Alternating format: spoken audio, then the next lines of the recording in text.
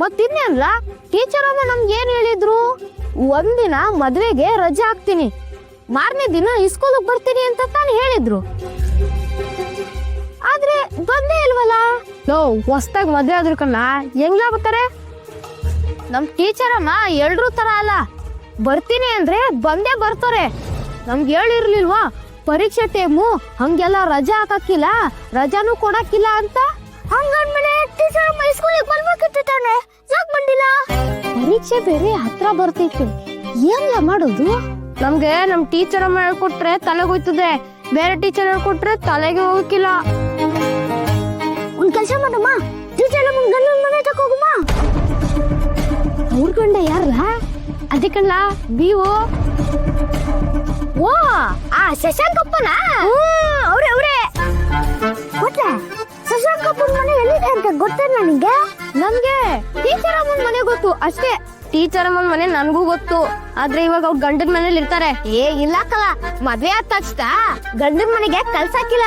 ಅದೇನು ಶಾಸ್ತ್ರ ಪಾಸ್ತ್ರ ಇರ್ತಾವಲ್ಲ, ಶಾಸ್ತ್ರ ಪಾಸ್ತ್ರ ಇದ್ರ ಟೀಚರ್ ಅಮ್ಮ ಈ ಸ್ಕೂಲ್ ತಪ್ಸಕ್ಕಿಲ್ಲ. ಬೋಯ್ಸ ಚೆನ್ನಾಗಿಲ್ಲ ಬಂದ್ಬಿಟ್ಟಿದೆ ಅನ್ನಿಸ್ತೈತ ಕಂಡಿಲ್ಲ. ಅಯ್ಯಯ್ಯೋ, ಹಂಗಾರೆ ಟೀಚರ್ ಅಮ್ಮನ ಮನೆ ತಕೋಗಿ ನೋಡ್ಕೊಂಡ್ ಬರೋಮ? ಸರಿ ಬನ್ನಿ, ಹೋಗಿ ನೋಡ್ಕೊಂಡ್ ಬರೋಣ.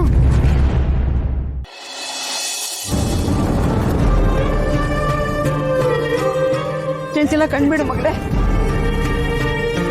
ಚೆಂಚು ಕಣ್ಬಿಡು ಮಗಳೇ.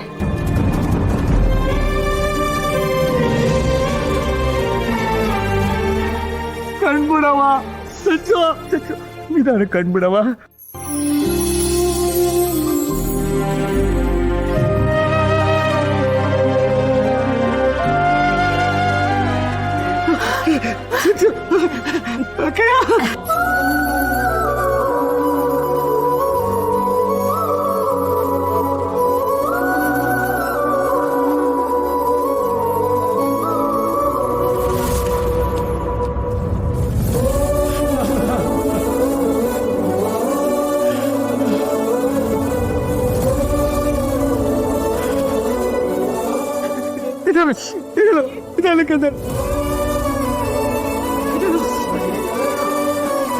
ಮಗಳ ಕಂದ, ಇಲ್ಲಿ ಇಂದು ಸತ್ತಿಲ್ವಾ?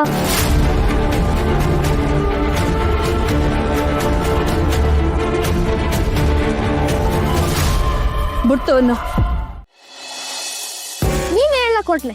ಮುಂಚೆ ನನ್ಗೆ ಓದಕ್ ಮನ್ಸೇ ಗೊತ್ತಿರಲಿಲ್ಲ, ಟೀಚರ್ ಬಂದ್ಮೇಲೆ ಓದ್ಬೇಕು ಅನ್ಸ್ತದೆ. ನಾವೆಲ್ಲ ಹಿಂಗೇನಾರ ಹೋದ್ರೆ ಮುಂದಕ್ಕೆ ಡಾಕ್ಟರ್ ಇಲ್ಲ ಇಂಜಿನಿಯರಿಂಗ್ ಆಗ್ತಿತ್ತಲ್ಲ. ಟೀಚರ್ ಅಮ್ಮಗೆ ಏನ ಆಗಿದ್ಯಾ ಏನು? ಬಂದು ನೋಡೋಣ, ಬಂದ್ಲಾ? ಬರ್ಲ. ಅಯ್ಯೋ, ಟೀಚರ್ ಅಮ್ಮನ ಮನೆ ಬೀಗ ಹಾಕಿಸ್ಕೊಂಡ್ರಲ್ಲ, ಈಗೇನ್ಲ ಮಾಡೋದು? ಅಯ್ಯೋ ಹೌದಲ್ವಾ, ಎಲ್ಲೋದ್ರು? ಹಂಗಾರೆ ನಮ್ ಟೀಚರ್ ಅಮ್ಮ ಮದ್ವೆ ಆದ್ಮೇಲೆ ಊರ್ಗಿರ್ ಬಿಟ್ಟು ಹೋದ್ರೆ ಏನೋ? ಹಂಗಂದ್ರೆ ಈ ಸ್ಕೂಲಿಗೆ ಬರಕಿಲ್ವಾ? ನಮಗ್ ಪಾಠನೂ ಮಾಡಕ್ಕಿಲ್ವಾ? ಅಯ್ಯಯ್ಯೋ, ಟೀಚರ್ ಅಮ್ಮ ಈ ಸ್ಕೂಲ್ ಬಿಟ್ಟು ಹೋದ್ರೆ ನಮ್ ಭವಿಷ್ಯದ ಪ್ರಶ್ನೆ ಏನ್ರಲ್ಲ? ನಾವ್ ಡಾಕ್ಟ್ರು ಇಂಜಿನಿಯರಿಂಗು ಆದಂಗೆ ಈಗೆಲ್ಲ ಮಾಡೋದು?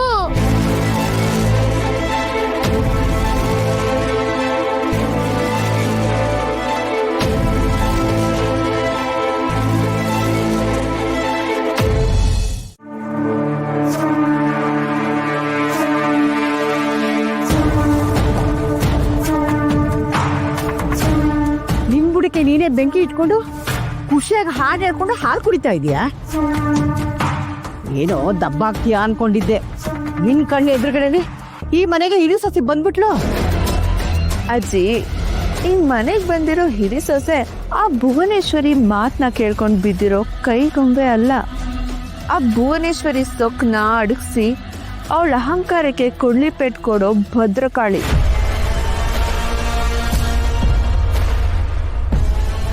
ಯಾವ ಟೀಚರ್ನ ಅವಳು ಈ ಊರಿಂದ ಓಡಿಸ್ಬೇಕು ಅನ್ಕೊಂಡಿದ್ಲೋ ಅದೇ ಟೀಚರು ಇವಾಗ ಮನೆಗೆ ಬಂದಿದ್ದಾಳೆ.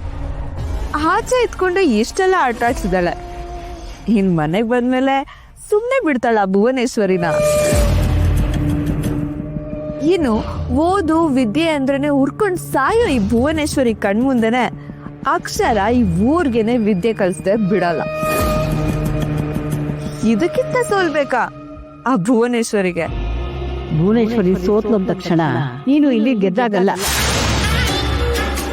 ಇದೆಲ್ಲ ಎಷ್ಟು ದಿನ ನಡೆಯುತ್ತೆ ಅನ್ಕೊಂಡಿದ್ಯಾ? ನಮ್ ಗುರಿ ಭುವನೇಶ್ವರಿ ಒಬ್ಳೇನಾ? ಅಲ್ಲ, ಇಡೀ ಮನೆಯವ್ರನ್ನ ಹಾಳು ಮಾಡ್ಬೇಕಲ್ವಾ? ಖಂಡಿತ ಹಾಳಾಗ್ಬೇಕು. ಎಲ್ಲ ಹಾಳಾಗುತ್ತೆ. ಈ ಮನೆಗೆ ಹಿರಿ ಸೊಸೆ ಬಂದ್ಲು, ಸೊಸೆಯಾಗಿ ಅವಳು ಮೆರಿತಾಳೆ. ನಿಲ್ಲಿಸ್ತಾನೆ ಏನು? ಅಜ್ಜಿ, ಅಕ್ಷರ ಯಾವತ್ತೂ ರುದ್ರನ ಗಂಡ ಅಂತ ಒಪ್ಕೊಳ್ಳಲ್ಲ. ಯಾಕಂದ್ರೆ ಅವಳಿಗೆ ಸುಳ್ಳು ಹೇಳೋರ್ ಕಂಡ್ರೇನೂ ಆಗಲ್ಲ. ಹಾಗಾಗಿ ರುದ್ರ ಮದ್ವೆ ಆದ್ರೂ ಆಗದೆ ಇದ್ರು ಏನು ವ್ಯತ್ಯಾಸ ಇಲ್ಲ. ಸುಳ್ಳು ಹೇಳ್ದ ಅನ್ನೋ ಕಾರಣಕ್ಕೆ ತಾನೆ ಅಕ್ಷರ ಶಶಾಂಕ್ನ ಬಿಟ್ಟಿದ್ದು. ಇನ್ನು ಭುವನೇಶ್ವರಿ ಯಾವುದೇ ಕಾರಣಕ್ಕೂ ಅವಳು ಅಕ್ಷರನ ಈ ಮನೆ ಸೊಸೆ ಅಂತ ಒಪ್ಕೊಳ್ಳಲ್ಲ. ಹಾಗಾಗಿ ಅಕ್ಷರ ಬರೀ ಹೆಸರಿಗಷ್ಟೇ ಹಿರಿ ಸೊಸೆ, ಆದ್ರೆ ಅವಳಿಗೆ ಯಾವ ಅಧಿಕಾರನೂ ಸಿಗಲ್ಲ. ಅತ್ತೆ ಸೊಸೆ ಇಬ್ರಿಗೂ ಜೀವನ ಪರ್ಯಂತ ಹಾವು ಏಣಿ ಆಟ ನಡೀತಾನೆ ಇರುತ್ತೆ. ಆದ್ರೆ ಅದ್ರ ಲಾಭ ಮಾಡ್ಕೊಳ್ಳೋದು ಒನ್ ಅಂಡ್ ಓನ್ಲಿ ರಶ್ಮಿಕ್. ಹೌದು, ಮದ್ವೆ ಆಗ್ಬಾರ್ದಿತ್ತು, ಆಗ್ಬಿಟ್ಟಿದೆ. ಆದ್ರೆ ಇದ್ರಲ್ಲೂ ನನ್ಗೆ ಅನುಕೂಲ ಇದೆ. ಏನ್ ಅನುಕೂಲ ಇದೆ? ಆ ಭುವನೇಶ್ವರಿ ಹತ್ರ ನಾನ್ ನೇರವಾಗಿ ಹೋರಾಟ ಮಾಡಕ್ ಆಗಲ್ಲ. ಯಾಕಂದ್ರೆ ಅವಳ ದೃಷ್ಟಿಲಿ ನಾನ್ ಒಳ್ಳೆಯವಳಾಗ್ಬೇಕು. ಆದ್ರೆ ನೇರವಾಗಿ ಹೋರಾಡಕ್ಕೆ ಅಂತಾನೆ ಈ ಮನೆಗೆ ಅಕ್ಷರ ಬಂದಾಯ್ತು. ಹೋರಾಟ ಅವಳು ಮಾಡ್ತಾಳೆ, ಅದೇ ಫಲ ನನ್ಗೆ.